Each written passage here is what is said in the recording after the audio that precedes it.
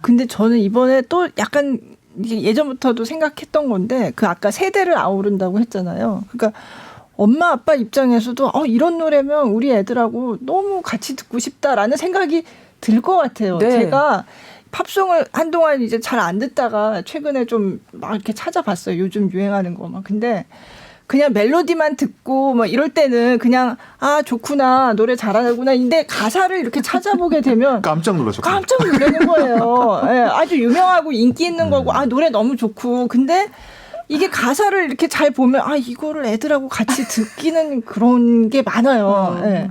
맞아요. 예. 그게 왜냐하면 아까도 말씀드렸지만 취향이 개토화가 되다 보니까 네.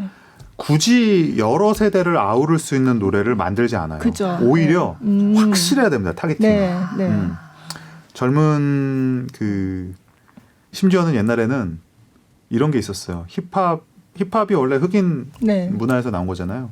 그런데 어느 순간 힙합이 어떤 식으로 발전을 해가냐면 이 흑인 커뮤니티에서 벌어지는 일이 궁금한 백인 청중을 노리기 시작해요. 그래서 그들이 듣기에 재밌을 만한 무용담 같은 것들을 되게 자극적으로 자기네들이 봤을 때는 실제로 그런 일이 없거나 네. 과장된 일인데 네.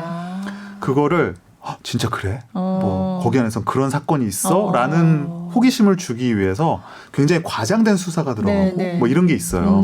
그게 이제 뭐 문화적인 뭐 관음증 이렇게 말하기도 하는데 그런 호기심을 자극을 하는 거죠. 네. 네. 그런데 이제 최근의 음악들도 어떻게 보면 뭐랄까 굳이 일부러 그런 가사를 쓰고 싶고 이런 게 아니라 그 듣는 사람들의 호기심을 자꾸 자극을 하고 그들이 기대하는 내용을 자꾸 말하고 싶은 네. 거죠. 그러다 네. 보니까 소위 말하는 보편성이 많이 이제 그쵸. 음악에서 네. 떨어지는 경우가 많은데 네.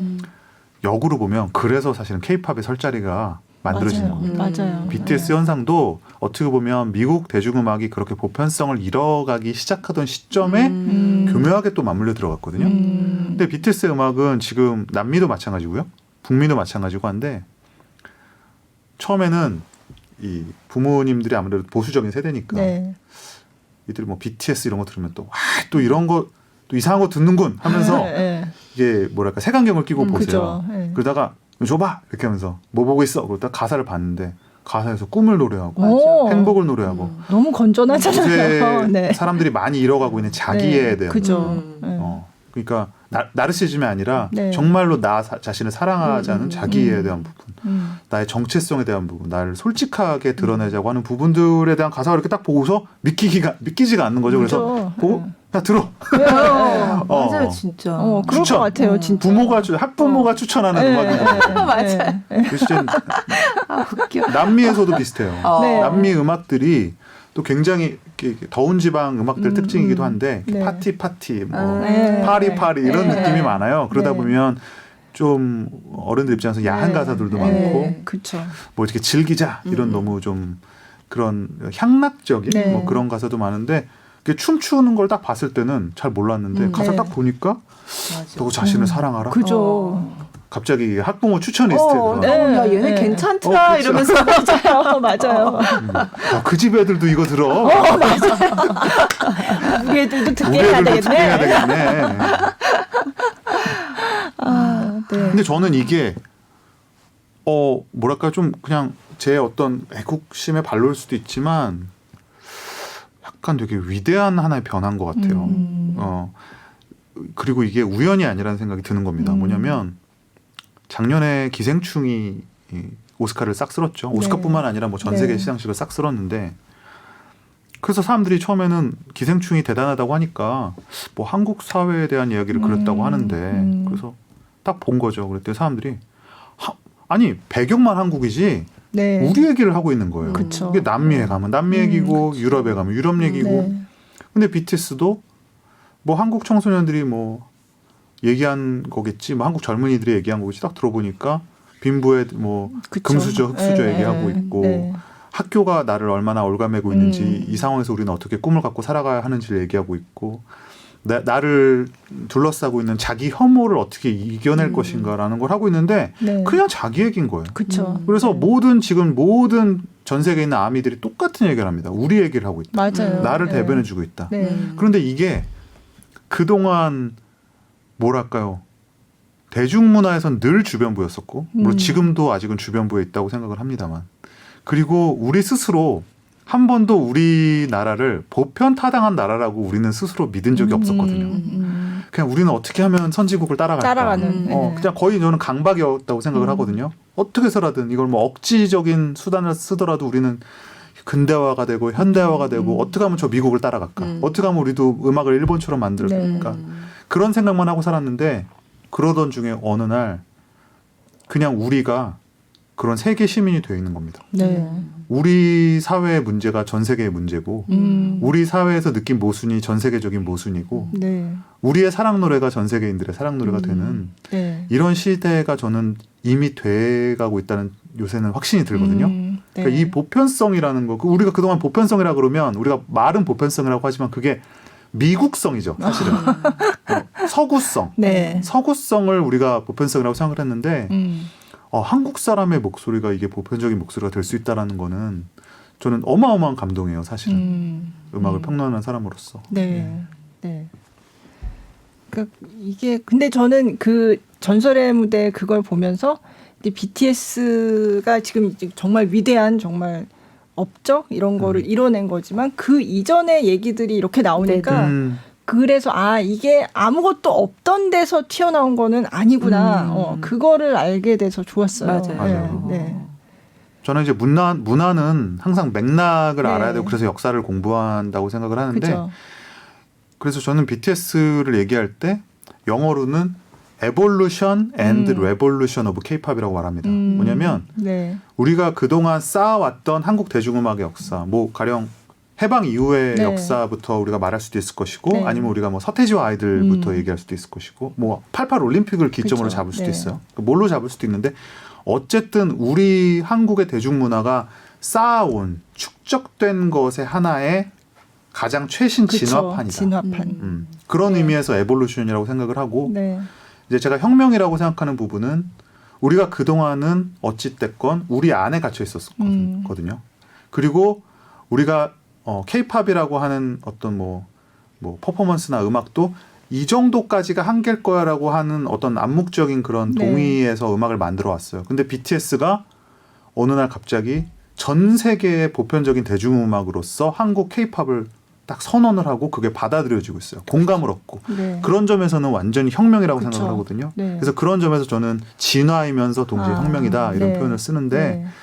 뭐 그런 점에서 저는 뭐 아미들에게는 BTS라는 그룹의 개인의 어떤 성취가 가장 크게 다가오겠지만 저는 이제 어떤 대중음악이 그동안 쌓아온 하나의 역사 네. 그리고 앞으로 또 얼마나 이제 또 멋진 일들이 많이 일어날까 하는 좀 상상력의 영역에서 네. 그거를 이끌어낸 기수로서 BTS의 어떤 대견함, 네. 위대함 같은 게 있지 않나라는 생각도 해보게 돼요. 네. BTS가 얼마나 계속 이렇게 더 성장해 나갈 수 있을까요? 정말 좋은 질문이십니다. 아니 근데 이런 질문이 여쭤보시는 분에 따라서 그 뉘앙스가 좀 다를 텐데 그러니까 어떤 분은 BTS가 언제까지 갈 것 같아요? 이런 분도 있어요. 네, 그리고 혹은 BTS는 언제까지 이런 상업적인 성공, 기세를 이어나갈 수 있을 것이냐 이런 식의 질문도 있을 텐데 분명히 뭐 대중 가수니까 언젠가 인기의 하락세는 올 겁니다. 네. 저는 제가 몇 년 전부터 왜냐하면 저 스스로도 믿을 수가 없어서 2년 전부터 BTS가 지금 정점을 찍고 있다. 이 말을 지금 제가 3년째 하고 있거든요. 3년째 정점인데 아직도 안 내려오고 있어요. 네, 근데 그래서 아무튼 평론가 말은 그래서 믿을 게 못 되는데. 근데 상업적인 우리가 뭐 판매량 이런 걸로 하는 정점이야. 뭐 그게 뭐 3년 그렇죠. 내가 되고 5년 내고 언젠간 내려오게 돼 있어요. 근데 저는 지금 이 BTS가 만들고 있는 BTS 현상, 그러니까 전 세계 아미들과 그들 스스로 이 BTS라는 그룹을 어떤 미디어나 자본의 도움 없이 그들 스스로 발굴해냈고 만들어냈고 키워냈다. 이런 어떤 주인의식, 자긍심, 그리고 BTS란 가수와의 연대, 여기에서 나오는 시너지, 이런 굳건함은 인기와 관계없이 계속될 거라고 생각합니다. 우리가 뭐 미국에서는 비틀 매니아 이런 말이 네. 있었고 네. 물론 그 막 소리 지르던 사람들은 다 갔습니다. 그쵸. 그분은 다 네. 나이도 드셨고 네. 더 이상 소리는 지르시지 네. 않지만 비트스라는 그룹은 지금도 그쵸. 유효하지 않습니까? 네. 저는 BTS라는 존재가 K-팝에서 전 세계 팝에서 그런 존재가 저는 충분히 될 수 있다라고 생각이 들어요. 왜냐하면 가장 중요한 사람의 신뢰를 얻어냈거든요. 네. 저는 이거는 좋은 음악을 만들어내는 맞아요. 거 이상으로 중요하다고 네. 생각하거든요. 네. 사람들이 우리가 좋은 음악은 만들 수 있어요. 근데 그 음악을 궁금해하고 귀 기울이게 만들기는 어렵습니다. 그거는 아무나 할 수 있는 일은 아니에요. 근데 BTS는 이미 그들이 무슨 말을 하던 주목을 받을 수 있는 위치에 올라 있고 그 유대감은 굉장히 끈끈하고 단단합니다. 그래서 적어도 제가 느낀 것을 기준으로 보자면 네. 그거는 쉽게 사라지진 않을 것 같아요.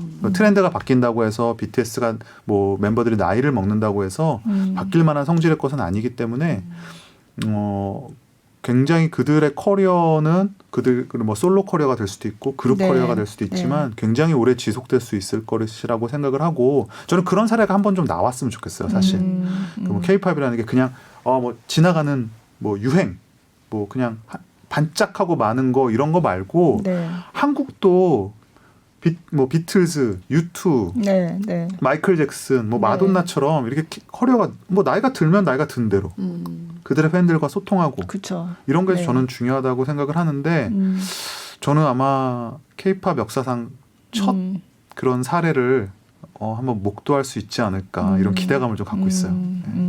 네.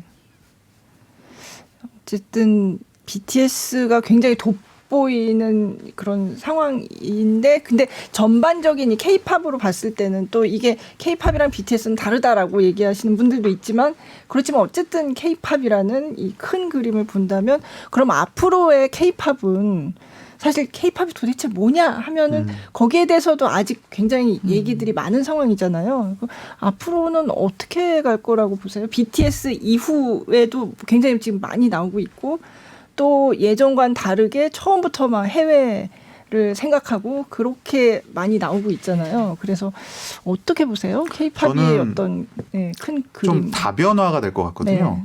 그러니까 뭐냐면 일단 지금 우리가 알고 있는 아이돌 산업, 아이돌 음악 산업은 당분간 아마 경쟁자가 없을 만큼 네. 지배적일 거라고 생각해요. 네.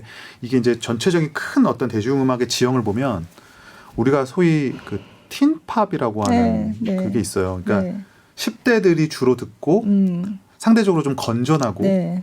그리고 뭐랄까요? 좀 안전한 음악이죠. 그러니까 좀 네. 듣기도 편하고 네. 이런 음악들이 사실은 하나의 파이가 있는 건데 저는 이걸 지금 한국이 몽땅 먹었다고 생각하거든요. 아. 그냥 꿀꺽 먹었어요. 아, 네. 네. 근데 이 꿀꺽 먹은 게 우연이 아니고 네. 그동안 쌓아온 어떤 노하우나 우리 회사들이 전 세계 트렌드를 읽고 그들의 마음을 읽는 그런 안목 때문에 네. 일어난 일이거든요. 네. 그리고 품질로만 비교해봐도 이렇게 뭐 영어로는 트리플 스레시라 그러는데 네. 세 가지 네. 뭐 외모, 음악, 춤 이런 게 완벽하게 만들어진 산업은 지금 한국이 저는 거의 유일하다고 생각을 합니다. 그래서 이 부분 팝 아이돌 산업이라는 부분에서는 당분간 한국을 따라올 저는 안 된다고 보고 그거는 미국도 어렵다고 보고요.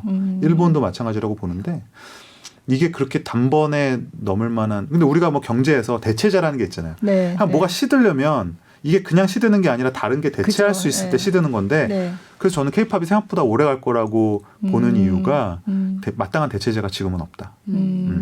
그리고 K-팝이 워낙에 그동안 쌓아온 노하우가 있기 때문에 저는 지금 현재 사실은 전 세계 대중음악에서 뭔가 새로운 거를 창조해내는 시장은 딱 두 군데라고 생각해요. 미국하고 뭐 혹은 영미권, 네. 미국과 영국권을 빼고는 저는 우리나라라고 생각을 하거든요. 그만큼 이미 음악 산업이 그 정도의 네. 노하우를 축적을 해왔다고 생각이 드는데 이제 그 다음에 숙제는 이제 다변화라고 말씀드렸는데 이제는 단순히 이제 아이돌로서만 대표되는 K-팝이 아니라 다양한 장르가 저는 앞으로는 성장할 가능성이 있다고 봅니다. 네. 왜냐하면 그러니까 쉽게 말하면 이런 거예요. BTS의 다음 뭐 포스트 BTS, 넥스트 BTS가 똑같이 아이돌 그룹이냐? 저 아닐 수도 있다고 네. 생각해요.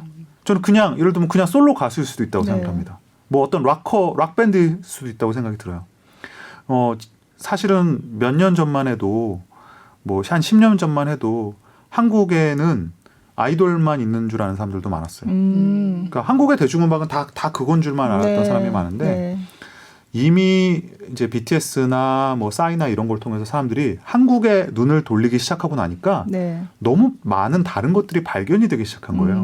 우리도 왜 어렸을 때 음악을 들으면 입문은 어떤 가수로 합니다. 네. 그렇지만 우리가 평생 그 가수를 듣는 건 아니에요. 그죠. 네. 예.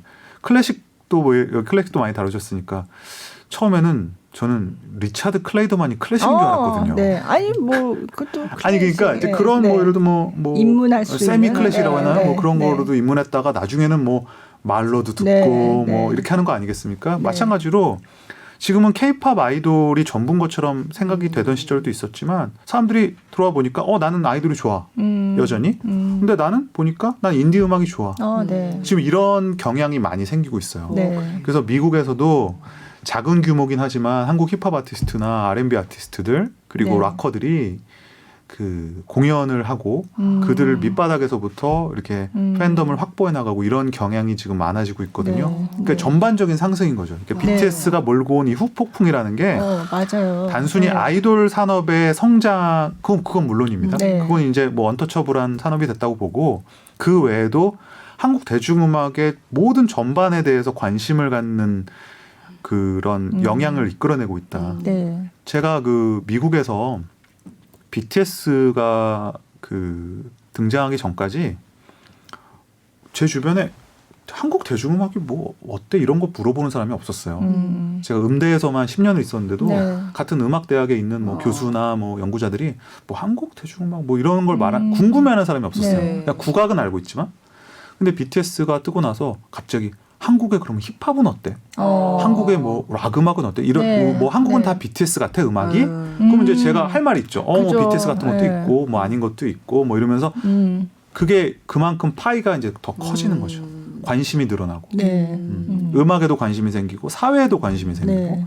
그래서 저는 이게 지금 BTS 현상이라는 게 뭐 그들의 개인의 성공이나 뭐 K-팝 좁게는 아이돌 씬의 성장이 아니라 한국 대중문화 전체를 전반에. 약간 지금 띄우고 있는 그런 네. 효과가 있다고 보고 거기에 또 드라마 뭐 엄청나죠. 네. 뭐 그쵸. 그다음에 영화까지 합하면 네. 네. 이거는 저는 하나의 문화는 좀 기세 싸움이라고 생각을 하는데 지금 뭐 약간 엄청난 기세를 지금 타고 올라가고 네. 있다고 생각을 합니다. 네. 제가 들은 얘기는 이거는 클래식 쪽인데 클래식 음반 이제 세계적인 이제 큰 음반사의 한국 지사 얘기인데 클래식 쪽에서도 물론 한국인 클래식 연주자들이 잘한다는 거는 예전부터 이제 알고는 있었지만 그건 굉장히 소규모 그 그룹 안에서의 이제 얘기였잖아요. 근데 요즘 한국 아티스트 빨리 좀 젊은 사람들 빨리 좀 개발해가지고 한번 좀 잘 포장해가지고 내보자 이런 얘기를 굉장히 많이 한대요. 맞아요. 클래식 쪽에서 클래식 쪽에서도 지금 K 클래식이란 말이 나오고 예, 있어요. 예. 그러니까 뭐 K 클래식이란 말을 전 좋아하지는 않는데 어쨌든 요즘 K-팝이 뜨니까 맞아요. 여기저기 다 갖다가 붙여가지고 전 별로 좋아하지 않는데 어쨌든간에 그런 움직임이 심지어 클래식에서도 있다는 거예요. 그러니까 전반적으로 한국 그 문화계 예술계에 대한 관심이 굉장히 높아졌다는 거죠. 이게 그 상징적으로 이런 게 있어요. 미국에서 드라마나 네. 영화를 만들 때 그 예전에 로스트라는 네, 드라마 네. 미드가 있었는데 네. 거기 이제 김윤진 씨랑 그죠. 데니얼 데이 킴이라는 분이 네. 나왔지 않습니까? 이제 그게 뭐냐면 그 캐릭터가 딱히 한국이 아니에요. 그 뭐냐면 아시안 쿼터가 있는 겁니다. 나름 그러니까 네. 그 각 작가가 쓸 때 얘는 그냥 아시안 이렇게 이제 써놓는 거예요. 네. 그러면 이제 그거를 나중에 캐스팅을 할 때 그게 중국이 될지 일본이 될지 뭐 한국이 될지는 몰라요. 그럼 그거는 뭐가 좌우하느냐? 그 당시에 그 나라가 얼마나 힘이 있냐, 그 나라의 대중문화가 얼마나 영향력을 가지냐에 네. 따라서 네. 바뀌는 거예요. 그래서 예전에 뭐 7, 80년대 영화들 보면 다 중국 사람입니다. 아시안이면 일단 중국이에요. 뭐 네. 갱도 중국 사람이고 네. 뭐 옆집에 사는 아줌마도 중국 사람이고 근데 어느 순간 일본이 경제력이 착 그 소위 말하는 버블 경제 이후로 네. 일본이 대세가 되다 보니까 악당들이 갑자기 일본인들이 많이 등장하기 시작해요. 네, 막 일본 기업과 뭐의 암투 막 이런 거 그걸 경계하는 것도 있겠죠. 네. 그리고 그 라스트 네임이라 해서 성이 다 네. 일본 사람들이 이제 많이 네. 나카무라가 네, 갑자기 네, 등장하는 네. 그런 식이 되다가 요새는 웬만한 아시안 배역은 다 한국 사람 한국인이 등장해요. 뭐 가령 무슨 미드에 보면은 그 풋볼 네. 미식축구 있잖아요. 네. 미식축구부 주장인데 네. 그 미식축구부 아시안인데 주장은 원래 네. 그 덩치 좋고 큰 그죠. 백인 금발 근데 아시안 한국계 어. 한국계 배우가 풋볼 주장이라든지 그러니까 이제 아시안이라는 거의 대표가 한국이 되는 거죠. 너무 기분 좋다. 흐뭇해서. 네, 흐뭇하고. 근데 너무 기분 좋다가 그냥 너무 앞서가는 걱정인지 모르겠지만 예전에 저 어렸을 때는 홍콩 배우가 그냥 완전 모든 걸 맞아요. 장악했잖아요. 맞아요. 노래도 네. 맞아요. 뭐 CF도 여기 와서 다 하시고 막 근데 어느 순간 생각해 보니까 싹 없어졌죠. 그래서 네. 우리는 그렇게 안 되고 계속 잘 갔으면 좋겠다 막 이런 생각이 그렇죠. 들더라고요. 예, 네. 욕심이 들죠. 그런. 네. 그 이제 우리나라에서 홍콩 배우들이 쫙 했다가 뭐 주윤발 뭐 네, 장국영. 그다음에 네. 뭐 그 뒤에 사대천왕 네. 뭐 신사대천왕 네. 뭐 엄청난. 근데 그게 사실은 적어도 우리나라에서 저문 거는 그건 이제 로컬 스타들의 등장과 맞물립니다. 왜냐면 그 로컬 스타가 대체할 수 있으면 아까도 제가 대체제 그죠. 얘기를 했죠. 네. 그러니까 우리가 손지창, 김민종, 이정재 네, 이런 네. 청춘 스타들이 나오면서 그 홍콩 스타 전인가요? 홍콩 스타들이? 그렇죠. 음. 그러니까 90년대 초까지도 뭐 여명 씨라든지 뭐 많이 인기가 그죠. 있었는데 네. 우리 90년대 이제 하이틴 드라마 뭐 맞아요. 최수정 씨 나오는 맞아요. 질투라든지 네. 그 소위 뉴웨이브라고 하는 그 바람 최수정 질투 갑자기 그게 언제 될 거냐 지금 그 생각하고 있었어요. 진짜 옛날. 느낌 기억하세요? 느낌 기억하시죠? 다 너무 재밌었는데. 아니 그러니까 자국 내 청춘 스타가 등장하면 그게 맞아요. 이제 네. 뭐 어려운 그쵸. 말로 하면 문화적 근접성이라고 하는데 우리랑 가까운 거에 교감을 하는 거죠. 네, 아무래도 맞아요. 외국 스타보다는 우리 스타. 그러니까 사실은 K-팝이 지금은 전 세계를 막 장악을 하고 있는데 만약에 가령 뭐 중국에서 네. 우리의 팝스타가 뭐 C-팝 이렇게 하잖아요. 네. 우리의 팝스타가 K-팝만큼 어느 정도는 수준이 돼라고 하면 조금 못 미쳐도 자국 스타를 좋아하게 돼 있어요. 우리가 사실은 한국 대중음악이 뭐 90년대 서태지와 아이들로 확 뒤집었다고 하는데 서태지와 아이들이 뭐 미국 팝에 비해 압도적으로 더 좋아서가 아니라 서태지와 아이들이 한국인이기 때문에 더 가깝게 느끼고 환호할 수 있었던 거거든요. 그런 것처럼 앞으로 뭐 동남아시아 다른 나라에서 뭐 태국이라든지 뭐 아니면 동아시아권에서 네. 정말 자국 내 중요한 스타들이 나오면 분명히 그들이 K-팝과 경쟁을 할 겁니다. 네. 네. 그래서 사실은 좀 지속적인 투자 이런 게 중요해요. 네. 그리고 뭐랄까 이 대중음악 대중문화라는 것 자체를 좀 귀하게 여기는 풍토가 저는 그래서 필요하다고 생각을 합니다. 네. 뭐 여러 가지 제도도 그렇고 지원도 그렇고 다 있는 거지만 방송국 입장에서도 네. 뭐 아까 말한 전설의 무대 같은 거 계속해서 우리 스스로 그러니까 오늘 주제가 그래미였으니까 네. 그래미라는 게 자국의 문화 산업을 진작시키는 그 효과를 노리기 위해 만들어진 거잖아요. 어떻게 그렇죠. 보면 우리가 대단하다 이거예요. 남들이 뭐라고 안 했는데 우리 스스로 우리 음악 너무 대단하지. 네. 우리 이렇게 네. 유명한 아티스트, 우리가 이렇게 훌륭한 아티스트들이 있어 하고 우리끼리 띄워주는 거거든요. 근데 지금 우리 K-팝도 계속 그런 관심을 보내야 된다는 거죠. 네. 왜냐하면 일본이나 미국에 비해서 얼마 안 된 산업이에요. 아, 네. 그러니까 기반이 그만큼 약하죠. 지금은 굉장히 대단해 보이지만 네. 그리고 아까 뭐 제가 노하우를 쌓아왔다고 말하지만 여전히 미국이나 일본이나 그 외에 다른 뭐 서구권의 음악 산업에 비해서 기반 여기서 기반이라고 하는 건 뭐 다양하게 있어요. 뭐 이제 로컬 시장, 네. 그러니까 지역 네. 시장 같은 게 대표적이 될 텐데 미국은 미국의 그 위대한 대중음악의 힘은 어디서 나오느냐 하면 이 로컬 씬에 있습니다. 네. 우리가 인디라고 하는 게 미국에서는 뭘 말하냐면 그냥 동네 밴드를 얘기하는 거예요. 네. 그러니까 미국의 각 지역에 수많은 공연장들이 있고 거기서 공연을 하면서 경쟁을 하고 실력을 쌓은 스타들이 유명 회사나 스카우트들의 눈에 그쵸. 발탁이 돼서 네. 그들이 전국구로 키워지는 거거든요. 근데 우리는 사실은 그런 문화가 굉장히 약하고 네. 음악을 생활로서 또 하나의 삶으로서 뭐 이렇게 받아들이고 계속 해나가는 거가 아직은 좀 적어요. 그게 사실은 저변인데. 네. 네. 그래서 그런 것들이 좀 더 보강이 되고 아까 말했지만 다양한 아이돌 말고도 다양한 것이 있다라는 맞아요. 거를 좀 네. 더 알려줄 필요가 있고. 네. 그래서 최근에 이제 이날치 같은 거가 화제가 네. 되고 이런 건 좀 굉장히 기분이 좋죠. 그죠. 네. 네. 아무튼 그런 것들이 바탕이 돼야지 K-팝이 네. 좀 지속성을 갖고서 발전할 수 있지 않을까. 네.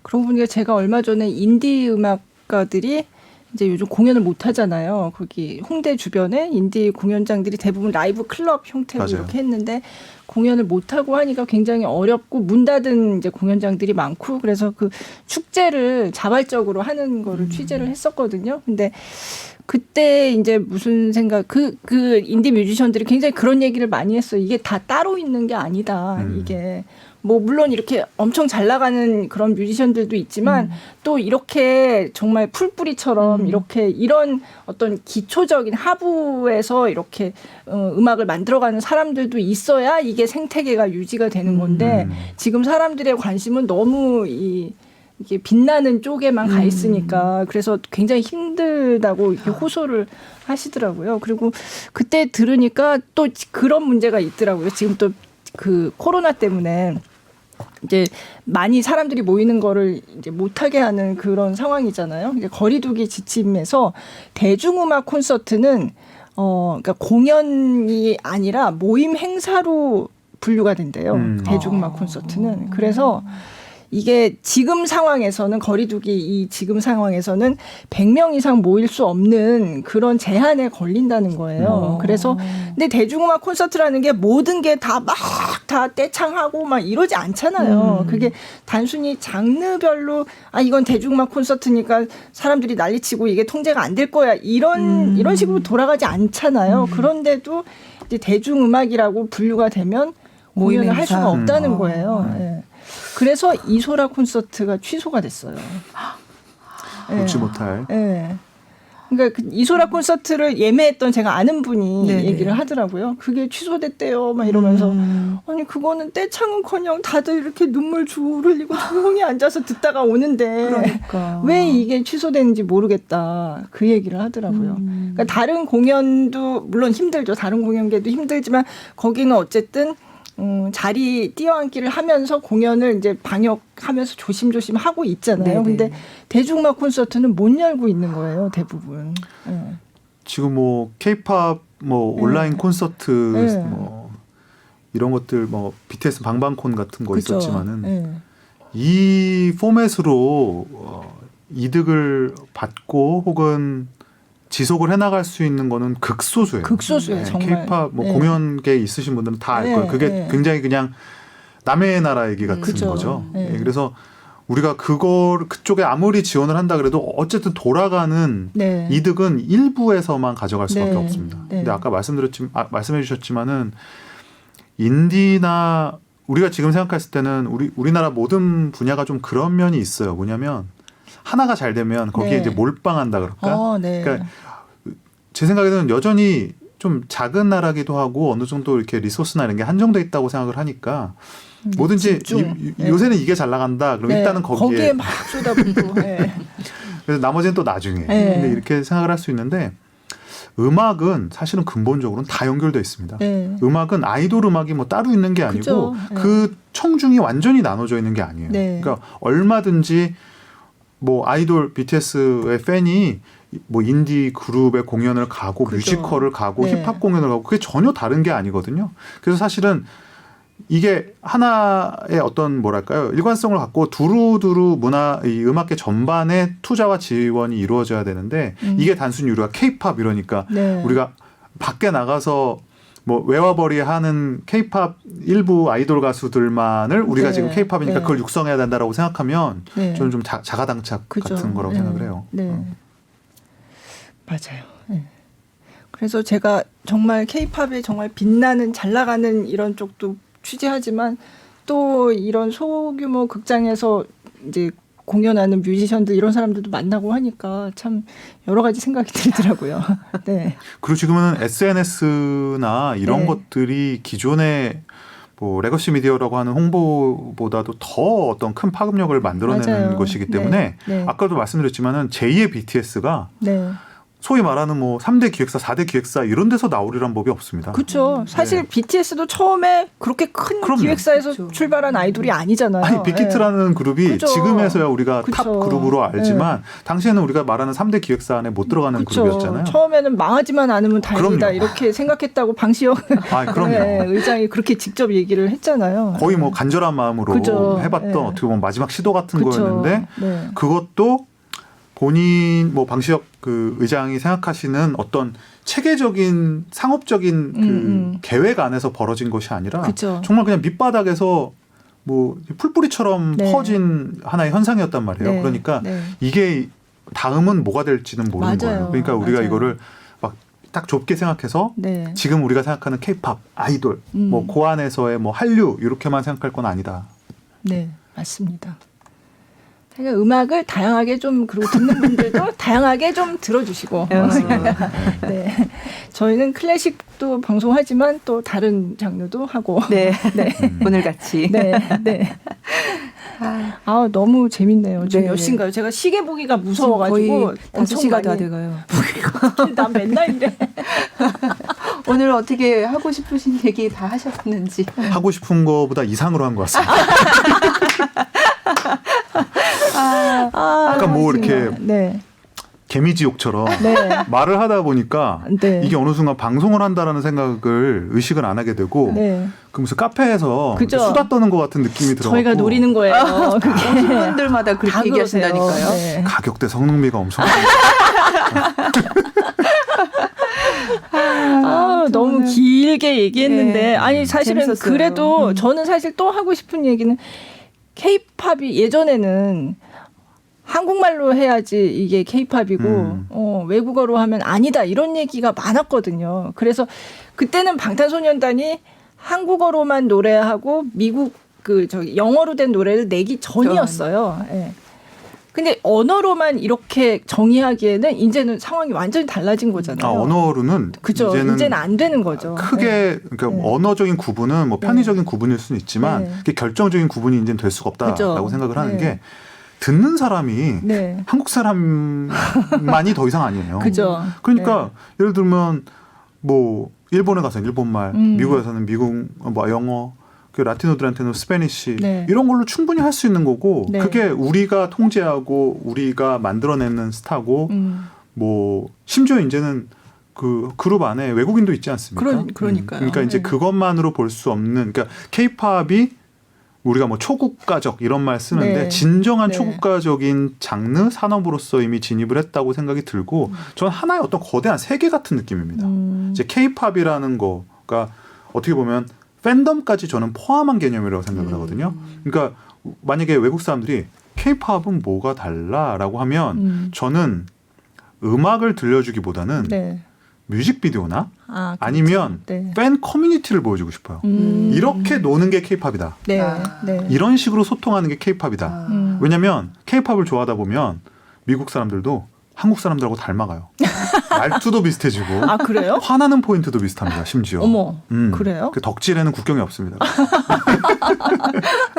아니 그건 뭐냐면 네. K-팝이라는 산업이나 이 음악이 어떻게 보면 전 세계인들을 약간 한국화시키는 거거든요. 그 외국에서 K-팝 네. 이건 좀 다른 얘기인데 또 정리하다 말고 이게 무슨 또 개미지옥처럼 근데 이게 굉장히 중요한 포인트라서. 네. 외국에 가서 이 K-팝 콘서트나 한류 축제 가보면 네. 이 친구들이 영어로 막 처음에 말을 해요. 네. 그러다 이제 그 중에서 한국말 잘하는 친구들이 있거든요. 그럼 이제 한국말로 말을 가끔 할 때가 있어요. 네. 그러면 네. 한국말로 하면 사람이 돌변합니다. 갑자기 한국 사람이 돼요. 그래요? 막 유치하게 막 이렇게 좀 되게 미국 애들은 자신만만하게 네. 막 네. 와, 뭐, 이렇게 하다가 한국 사람은, 안녕하세요. 뭐, 들어가세요. 뭐, 김영대 선생님, 안녕하세요. 아니에요. 뭐, 죄송해요. 이렇게 하는데, 이게 언어나 문화의 힘이 이렇게 무섭구나. 왜냐면 네. 그들이 늘 본 드라마나 네. K-팝 스타의 평소 행동이나 이런 거 그죠. 보니까 이 언어는 그렇게 구사를 해야 되는구나라는 게 있어서 본인도 모르게 한국 사람 같이 됩니다.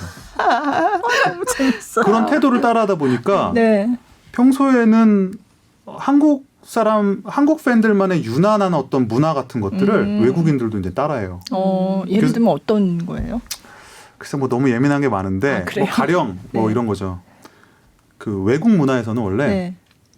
외국은 스타 만능주의거든요. 그러니까 네. 이게 무슨 말이냐면 그룹이 있어도 뭐 리드 보컬, 밴드에서 리드 보컬, 네, 네. 뭐 아이돌 그룹이면 리더. 네. 여기에 재능과 모든 게 몰빵되는 거는 걔네 입장에서는 별로 그게 이상한 게 아닙니다. 사실 너무 당연한 거거든요. 네. 뭐 네. 엔싱크에 저스틴 팀벌레이크 있으면 저스틴 팀벌레이크에 몰빵을 하는 걸 누구도 뭐라고 안 해요. 네. 근데 우리나라에는 유독 이 아. 공평하게 아. 파트도 분배를 해야 되고 네, 심지어 네. 뭐 어느 그룹 같은 경우는 뮤직비디오에 나오는 그 초수까지도 초수도 똑같이 재고. 맞춘다고 하지 않습니까? 네, 네. 근데 이 케이팝을 좋아하다 보니까 미국 팬들이 그 한국 사람 화가 돼갖고 네. 나오면 그걸 막 맨날 신경을 분량 쓰는구나. 탓합니다. 내가 좋아하는 멤버가 왜 이 정도 분량밖에 못 받았느냐. 왜 이 사람은 13초 나왔느냐. 여기는 14초 나왔는데. 근데 그게 원래 미국 문화에서 없는 거예요. 어제 굉장히 신기했습니다. 오, 재밌네요. 이게 뭐 꼭 나쁜 거라고 할 수는 없지만 네, 아무튼 네. 좋은 거 나쁜 거 다 한국을 닮아간다. 그러니까 저는 그래서 왜 그 말씀을 드리냐면 K-팝이라는 것이 음악 그 소리로 들리는 음악이 아니라 비주얼로 보이는 거, 그다음에 어떤 그런 어떤 독특한 문화, 그다음에 그 팬과의 관계성을 포함하는 전체라고 보는 거죠. 그럼 음악적으로는 어떤 특징을 딱 얘기하기가 어려운가요? 음악적으로는 네. 저는 K-팝의 특징은 이게 나쁜 말이 아니에요. 네. 나쁜 말이 아니고 근본 없음이라고 생각합니다. 근본 없음. 이게 뭐냐면 굉장히 다양하고. 네, 네. 미국 대중음악은 네. 근본이 있어야 돼요. 뭐냐면 흑인이면 네. 흑인 음악을 해야 돼요. 백인이면 백인 음악을 해야 되고 요런 거가 살짝 어긋나면 이게 또 공격의 대상이 돼요. 가령 뭐 네. 백인 뮤지션인데 네. 흑인 음악을 한다 그러면 네. 뭐 흑인 음악 같은 걸 하고 말이야 뭐 이런다든지 흑인 뮤지션인데 어떤 R&B 스타일이나 이런 걸 하지 않고 팝스러운 걸 하면은 뭐 상업성에 팔렸다 이렇게 말을 해요. 우리나라는 그런 게 없습니다. 아, 그렇죠. 애초에 네. 그게 우리나라 문화가 아니기 때문에 네.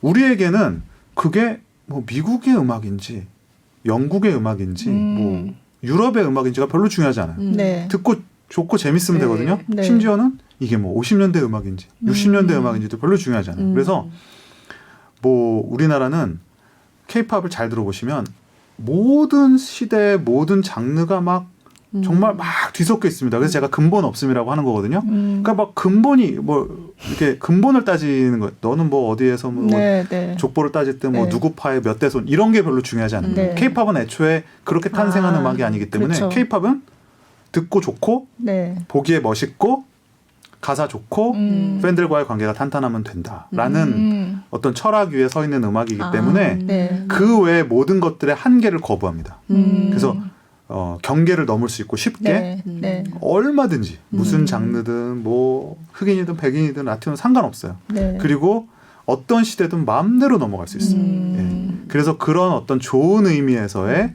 근본 없음. 근본 없음, 맥락 없음. 맥락을 따지지 않아요. 우리는. 네. 네. 좋기만 하면 됩니다. 네. 네. 그런 것들이 저는 사실 미덕이라고 보는 거죠.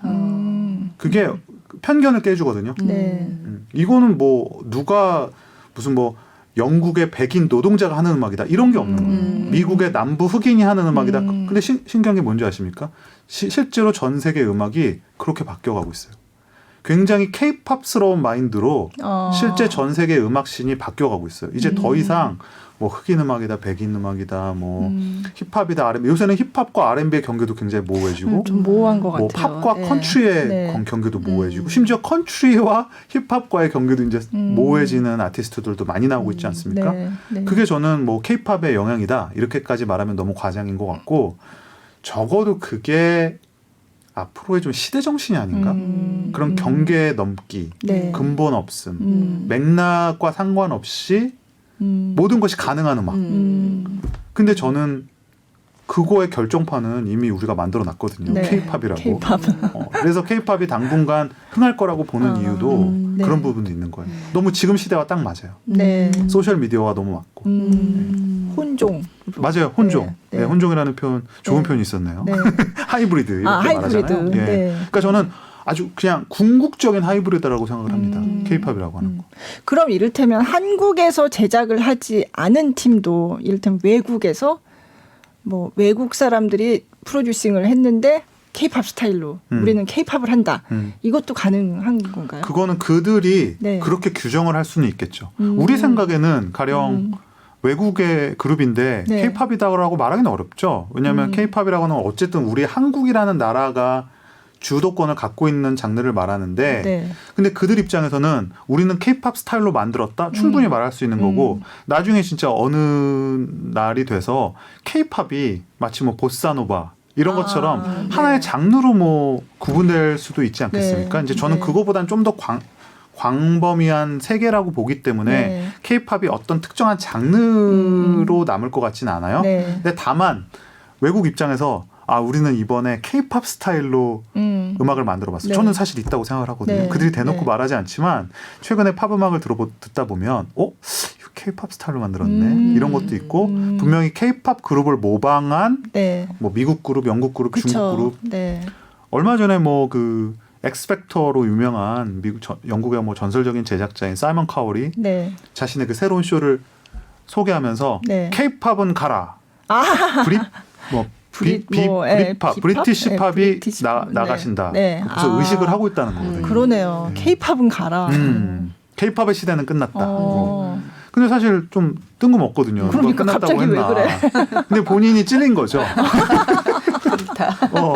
본인이 찔려서 네. 의식하고 있다라는 건데. 그 사이먼 엄청 독설하는 그 사람이죠. 독설가. 사이먼 카월. 네. 네. 그 독설로 네. 그분이 사실 제작자로는 그렇게 꽤 유명한 네, 사람이 아닌데 네. 독설로 유명해졌습니다. 그죠. 그 아메리칸 아이돌이라는. 네. 네. 그 전에 영국에서 했는데 제가 맞아요. 영국에서 좀 봤었거든요. 근데 너무 심하게 독설을 해가지고 야 우리나라 같으면 저런 얘기하고서는 방송 계속 못할 텐데 못하죠. 이런 생각을 많이 했었어요. 우린 예전에 슈퍼스타 K에서 이승철 씨가 하는 정도만으로도 독설이라고 했잖아요. 그거는 독설이 아니라 거의 격려에 가깝습니다. 사이먼 카월에 비하면. 네. 근데 어쨌든 그 사람이 K-팝을 엄청 의식하고 지금. 그리고 뭐 아까 그래미 얘기했지만 그래미에서 가장 많은 상을 수상을 했던 대중음악 부문에서 네. 이제 전설적인 프로듀서인 퀸시 존스인데 퀸시 존스는 이미 2000년대 중반부터 본인은 K-팝 자기가 앞으로 K-팝 같은 걸 만들겠다라고 선언을 했었어요. 아직 성공은 하지 못하고 있습니다만 네. 이미 이 미래는 K-팝이다라고 대단한 프로듀서가 네. 이미 내다보고 네. 앞으로 미국도 이런 K-팝 같은 걸 만들어야 된다라고 이미 선언을 했었죠. 네. 네, 이미 저는 뭐 만들어지고 있다라고 생각이 들지만 네. 제가 한국 사람이라서는 아니고 경쟁하기는 어려울 겁니다. 이미 K-팝이 그 정도 대단한 위치에 네. 있기 때문에. 네. 근데 뭐 재밌는 일이죠. 외국 그러게요. 이게 네. 어떤 문화가 예전에 서구에서 뭔가가 새로운 게 만들어지고 네. 바다를 건너서 한국에 와서 한국에서 어떤 모방품, 그죠. 네. 혼종품이 만들어지지 않습니까? 그런데 그 혼종품이 오히려 하나의 오리지널이 돼서 그죠. 서구로 건너가서 거기서 저 혼종품을 모델로 우리가 뭔가를 만든다. 그죠. 그러면 이건 되게 문화의 역전 현상이거든요. 네. 네. 그러니까 참 신기한 네. 시대에 우리가 지금 살고 있습니다. 실제로 영국에서 그 K-팝 그룹을 표방하는 그룹이 만들어져가지고 아직 한국에서 뭐 그렇게 많이 알려지진 않았지만 그래도 이 사람들은 한국에 와서 제대로 한국에서 공연하는 게 꿈이고 그런 그룹이 있더라고요. 아니 그러니까, 지금은 네. 미국의 그 보이밴드 걸그룹의 원조인 미국에서 네. 보이밴드 걸그룹이 나오면 이게 팔로워가 몇 명이 안 돼요. 들어가 보시면은 뭐 어떤 그룹은 저보다도 팔로워가 없고요. 아니 인기 많으세요. 네. 네. 아니 그러니까 그 정도로 네. 사실 관심 받기가 어려운데 네. 그들 입장에서는 우리는 그들이 미국 그룹이니까 영국 그룹이니까 대단하다고 생각하지 않습니까? 근데 그들의 목표는 평생 소원은 BTS의 오프닝 밴드를 한번 서보는 거예요. 야, BTS 공연에서 내가 BTS 오프닝 밴드로 오프닝. 한번 서보면 얼마나 좋을까. 그리고 지금 뭐 이거는 언제 한번 또 이야기할 기회가 있으면 좋겠지만 미국의 수많은 작곡 꿈나무, 프로듀서 네. 꿈나무, 엔지니어 꿈나무들 이들의 목표는 네. K-팝 시장에 진출하는 거예요. 네. 너무나 큰 파이가 있고 그들의 입장에서는 아니 생각해 보십시오. 지금 저도 갑자기 다이너마이트를 누가 작곡했는지 기억이 잘 안 나거든요. 네, 네. 근데 그 사람은 평생 소원을 이룬 거였을 겁니다. 근데 수십 년 전에는 네. 내가 외국 사람이면 네.